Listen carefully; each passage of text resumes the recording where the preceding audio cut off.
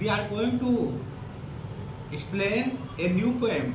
What is the name of the poem? A roadside stand. Very good. It is composed by Robert Frost, an American poet. Okay. So let us start. Have you ever stopped at a roadside stand? क्या आपने कभी जो है सड़क के किनारे किसी छोटी सी दुकान पर आप रुके हैं? What have you observed there? आपको वहाँ पर कैसा महसूस हुआ था? आपने वहाँ क्या निरीक्षण किया? तो अब हम जो है स्टेंजा वाइज चलेंगे. क्लियर?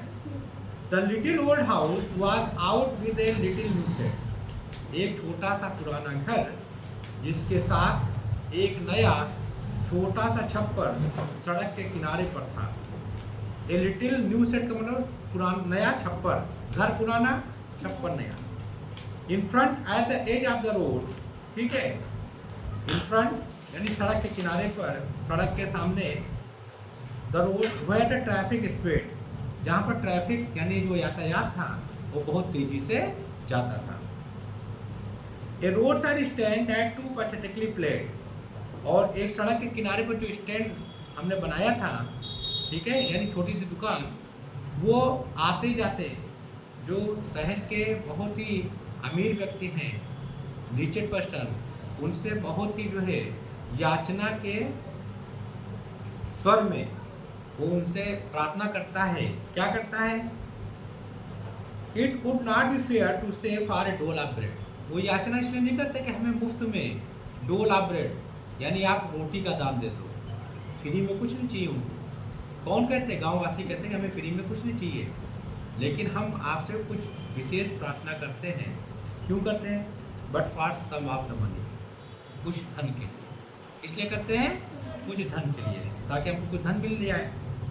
अच्छा, धन हमें द कैश, नगद मिलना चाहिए. हुज फ्लो सपोर्ट, ठीक है ना.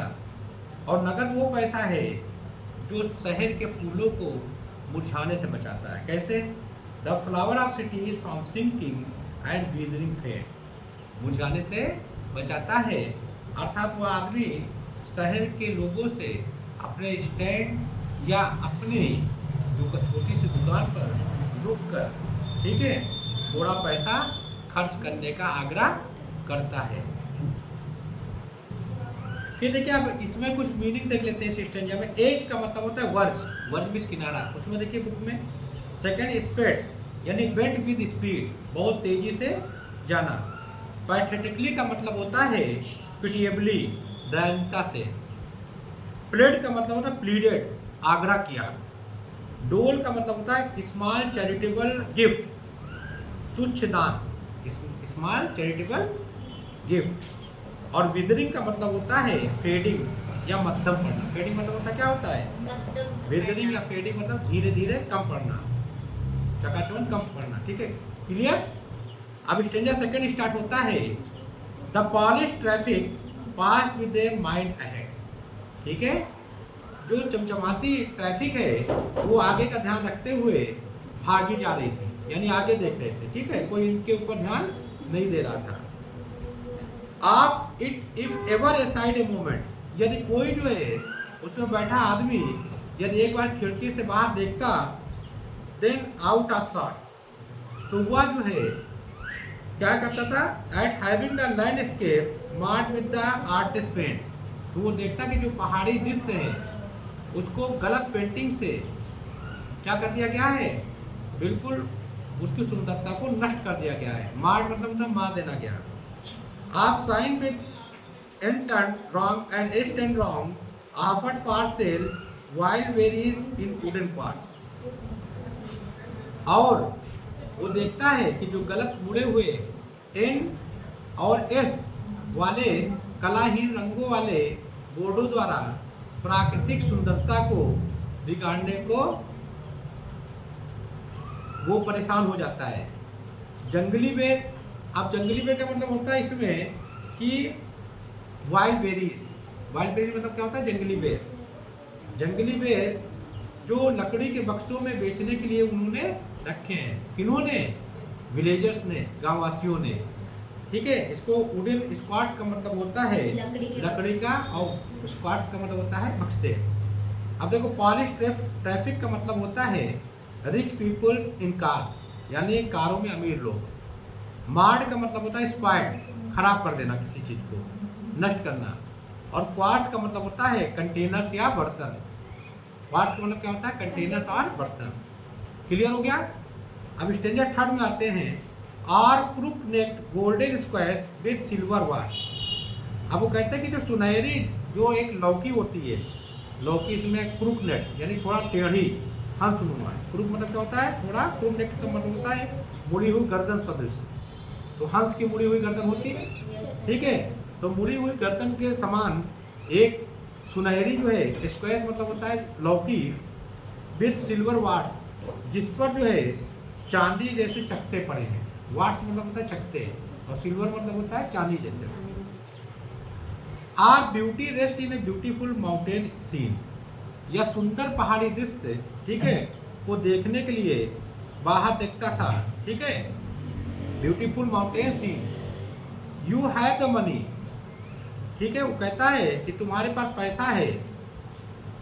But if you want to be mean, लेकिन यदि तुम पैसा खर्च करना चाहते हो तो, और अगर तुम कमीनी पंथी करना चाहते हो, ठीक है, अगर तुम जो है खरीदना नहीं चाहते हो, अगर आप जो है नहीं चाहते हो कि मैं अपना पैसा खर्चा करूं, तो वाई कीप योर मनी, तो तुम अपना धन क्यों रखते हो। दिस क्रॉसली, बहुत ही गुस्से से, क्रॉसली मतलब बहुत ही यंगरली, बहुत ही गुस्से से। एंड गो अलाउंग, कहता है और चले जाओ, अगर नहीं खर्च करना चाहते हो तो जाओ, कोई बात नहीं है। गांववासी कहता है शहरवासी से, शहरवासी किसमें रहते हैं? कार में, वो रुकते ही नहीं। यहाँ क्रूक नेक का मतलब होता है बेंट नेक, मुड़ी हुई गर्दन। स्क्वायर्स मतलब होता है यहाँ पर ए टाइप ऑफ फ्रूट, है ना, जस्ट लाइक स्क्वायर्स। अब अगला देखिए, मीन का मतलब होता है मिजरली या कंजूस, और क्रॉसली का मतलब होता है इंगरली या गुस्से में। क्लियर हो गया। स्टेंजा फोर्थ है। The heart of the scenery wouldn't be my complaint so much as the trusty sorrow of what is unsaid. Here far from the city we make our roadside stand and ask for some city money to feel in hand. सुंदर प्राकृतिक दृश्य, ठीक है। The scenery का मतलब सुंदर प्राकृतिक दृश्य को खराब करने पर उन्हें दुख होता है, ठीक है। ही में क्या लिखा है? वुडंट बी माई कंप्लेंट, ठीक है, या मेरी शिकायत नहीं है, लेकिन so much as the trusting sorrow of what is unsaid, लेकिन मुझे दुख उन अनकहे दुख पर होगा जो विश्वसनीय है। ट्रस्टेबल का मतलब होता है विश्वसनीय, और अनसेड मतलब होता है अनकहे। Here far from the city, ठीक है, यहाँ हम शहर से दूर, सड़क के किनारे। फार फ्रॉम द सिटी, शहर से दूर, ठीक है। We make our road side stand, हमने जो है अपनी छोटी सी दुकान हम यहाँ पर बनाते हैं। And ask for, ask for मतलब डिमांड करते हैं, मांगते हैं। Some money, some city money, कुछ शहर के कुछ पैसों को अपने हाथ में हम महसूस करना चाहते हैं। फील इन हैंड का मतलब होता है हाथ में महसूस करना। टू ट्राई इफ इट, ठीक है, और हम यह कोशिश करना चाहते हैं if it will not make our being expand, यदि हमारी जो संख्या है वो ना बढ़े, अर्थात गरीबी ना बढ़े, गरीब लोग ना बढ़े, तो हम काम करना चाहते हैं, ठीक है। And give us the life of moving pictures promise that the party in power, party in power मतलब जो सत्तारूढ़ दल के जो लोग हैं, उन्होंने गांववासियों से ये वादा किया था कि जो है हम तुम्हें जैसे पिक्चर में दिखाई जाने वाली शान शौकत होती है लोगों की, वैसा जीवन आपको देंगे, ठीक है। Is set to keeping from us, वो हमसे वादा किया गया था, लेकिन सत्तारूढ़ दल जो है वो हमें दे नहीं रहा है। इसमें बेटा देखो, हार्ट का मतलब होता है हार्म या नुकसान पहुंचाना। एक्सपैंड का मतलब होता है डायलेक्ट या स्प्रेड, फैलाना। अब स्टेंजा कौन सा है? Next stanza fifth. It is the news that all these pitiful किन are to be bought out and mercifully gathered in to live in villages next to the theater and to the store where they won't have to think for themselves anymore। इसमें देखिए यह है kin मतलब होता है relatives या रिश्तेदार, merciful का मतलब होता है काइंडली या दया से, और गेदर्ड का मतलब होता है असेंबल्ड या इकट्ठा हुए हैं। अब देखिए इट इज द न्यूज, समाचार यह है कि ऑल दीज पिटीफुल किन, कि इस दयनीय बंधुओं को अर्थात उनकी जमीन को खरीदा जाना है। किनकी जमीन को? गांववासियों को। आर टू बी बाट आउट, खरीदा जाना है, एंड मर्सीफुली गेदर्ड इन, और इन पर दया करके गांवों में, टू लिव इन विलेजेस, गांव में जो रहते हैं, next to the theatre and the stores, तो गांवों में सिनेमा घर के पास और स्टोर के पास इनको गांववासियों को बसा दिया जाता है। Where they want have to think for themselves anymore, जहां उनको अपने बारे में और नहीं सोचना पड़ेगा। अर्थात जो गांववासी है वो शहर से पैसा चाहते हैं, लेकिन जो शहरवासी हैं वो इन गाँव में जो पैसा बचा खुचा है उसको भी वहाँ पिक्चर और दुकानें, महंगी दुकानें लगा करके उन गांववासियों का पैसा खींचना चाहते हैं। अब देखिए नेक्स्ट जो है वो 6 है, stanza 6। While greedy good doers beneficent beast of prey swarm over their life enforcing benefits. Greedy good doers का मतलब होता है जो लालची, ग्रीडी मतलब क्या होता है? जो लालची हैं, समाज सेवी। गुड डूअर्स का मतलब जो समाज सेवा करते हैं, good doers. Beneficent beast of prey, वो इस प्रकार इन गाँववासियों के शिकार के कोर्ट में रहते हैं अपने लाभ के लिए। ठीक है, ये जो समाज सेवी अपने लाभ के लिए गांववासियों का इस्तेमाल करते हैं। Swarm over their life in forcing benefits, और ये उनके जीवन पर मंडराते रहते हैं, अर्थात गांववासियों को अपने जाल में फंसाए रखते हैं ताकि उनसे ये लाभ उठा सके। ठीक है, बेनिफिसेंट का मतलब होता है जनरस या दयालु। बीस्ट मतलब आप जानते हो एनिमल्स होता है। ठीक है, सूद का मतलब होता है कंफर्ट या आराम देना। इन्फोर्स का मतलब होता है कॉम्पेल या मजबूर करना। इन्फोर्स मतलब क्या होता है? इन गाँववासियों को मजबूर करते हैं अपने स्वार्थ हेतु।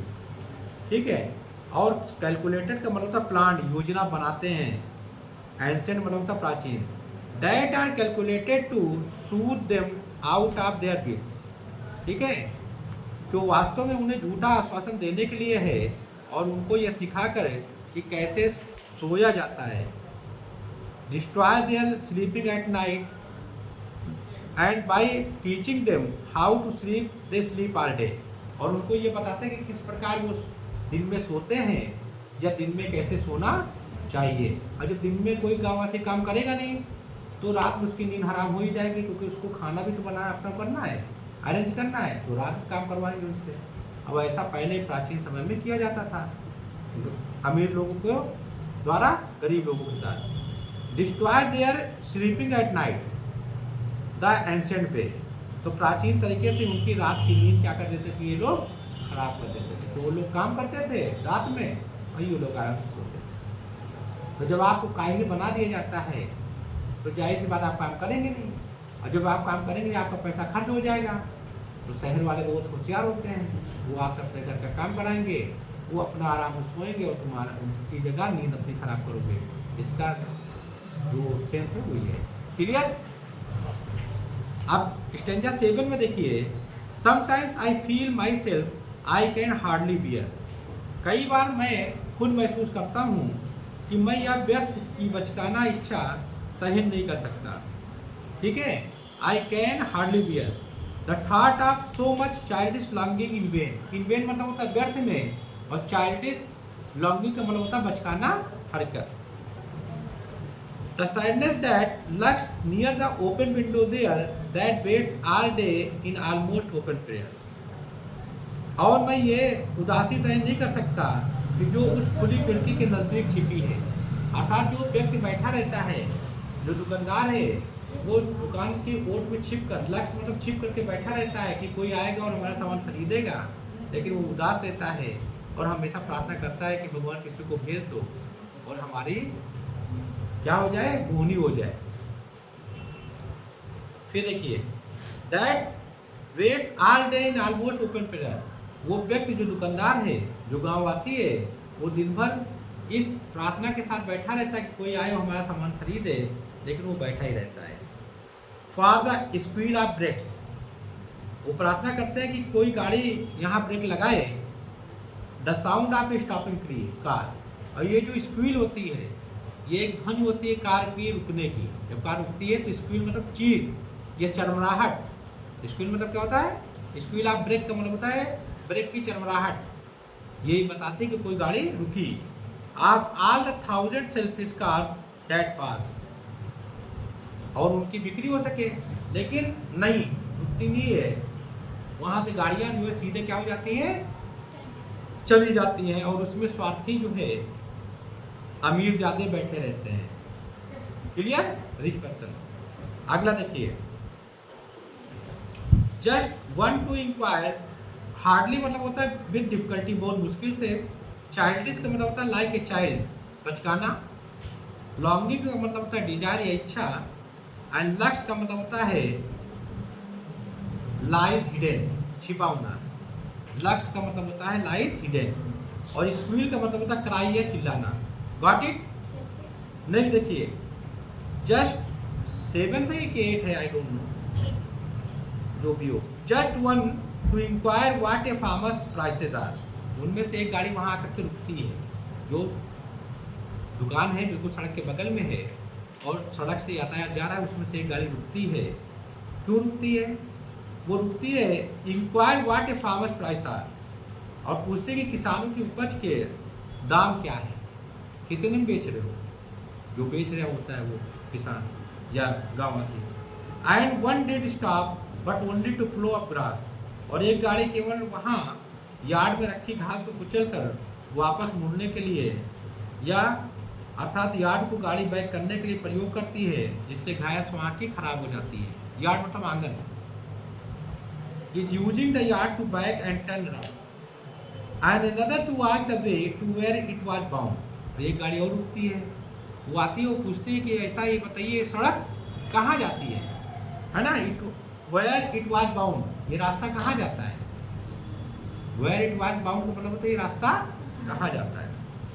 And another to ask could they sell it a gallon of gas, एक गाड़ी और रुकती है, ये पूछने के लिए रुकती है कि क्या उसके पास पेट्रोल है, उस गांववासी के पास। दे कुडंट, वो गुस्से में जवाब देते हैं मेरे पास पेट्रोल नहीं है। फिर देखो दिस क्रॉसली, इस बार भी वो गुस्सा जाता है। कौन? कि जो मैं बेच रहा हूँ उसको खरीद नहीं रहे हैं, और आ रहे पेट्रोल है कि ये है वो है, ये सारी चीज़ें कहते हैं, लेकिन कोई खरीदने की बात नहीं करता है ताकि उसको 2 पैसे की बिक्री हो सके। फिर कहता है दे हैड नन, उनके पास नहीं थी, क्या नहीं थी? पेट्रोल। ठीक है। फिर देखा है डिडंट इट सी, क्या उन्हें दिखाई नहीं देता है? क्या उन्हें दिखाई नहीं देता था कि मेरे पास पेट्रोल नहीं है, मैं यहाँ तो बेच रहा हूँ, क्या लौकी बेच रहा हूँ, जंगली बेर बेच रहा हूँ, उसको कोई खरीदने को आता ही नहीं। क्लियर? अब बेटा लास्ट इसमें देखिए, फ्लो आपका मतलब होता है टर्न ओवर या उलटना। Flow how many stage? 9। This is the last.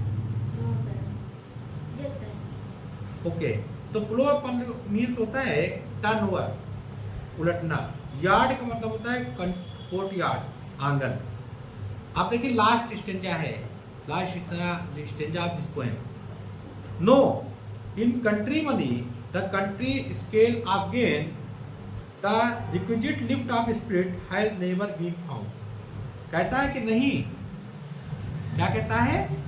कभी कहता है कि नहीं, ऐसी बात नहीं है। देहात में लाभ के पैमाने के अनुसार देहात के पैसे में से जरूरत के हिसाब से उत्साह को कभी बढ़ाया नहीं दिया गया, यह बढ़ावा कभी वहाँ मिला ही नहीं। अर्थात उन लोगों ने अपने स्पिरिट मतलब होता है अपनी आत्मा का उत्थान कभी किया ही नहीं। रिक्विजिट का मतलब होता है आवश्यक, और स्पिरिट का मतलब होता है आत्मा का। राइज का मतलब होता है उत्थान। गाँववासी हमेशा पैसे में डूबे रहे, कैसे पैसे कमाए, इसलिए उन्होंने कभी भी अपनी आत्मा का उत्थान करने का प्रयत्न नहीं किया। फिर देखो, also the voice of the country seems to complain, इसलिए मुझे लगता है कि गांववासी जो हैं वो शिकायत भरे लहजे में शहरवासियों से कहते हैं, क्या कहते हैं, I can't help owning the great relief it would be. ठीक है, कि इन लोगों को एक ही, ठीक है, to put these people at one stroke out of their pen,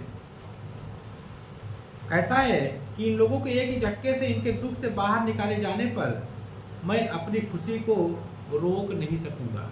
अगर मैं इनके लिए कोई काम कर सकूं, इनको एक ही झटके में इनके दुख से निजात दिला सकूं, तो ये मेरे लिए बहुत खुशी की बात होगी, ये कवि कहता है।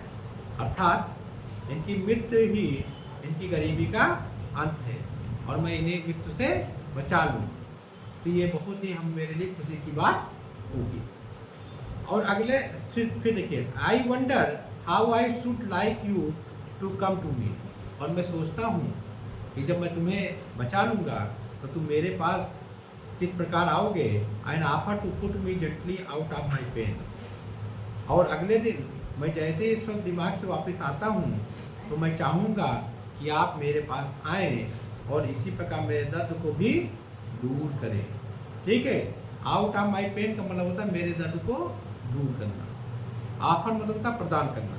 अब देखिए, स्केल का मतलब होता है लेवल या पैमाना, रिक्विजिट का मतलब होता है डिजायर्ड या उचित, सीम्स का मतलब होता है अपीयर्स मतलब लगता है, रिलीफ का मतलब होता है कंफर्ट, और सेन का मतलब होता है सेंसिबल। सेन का मतलब क्या होता है, सेंसिबल या सही। Got it? तो इन दिस वे बी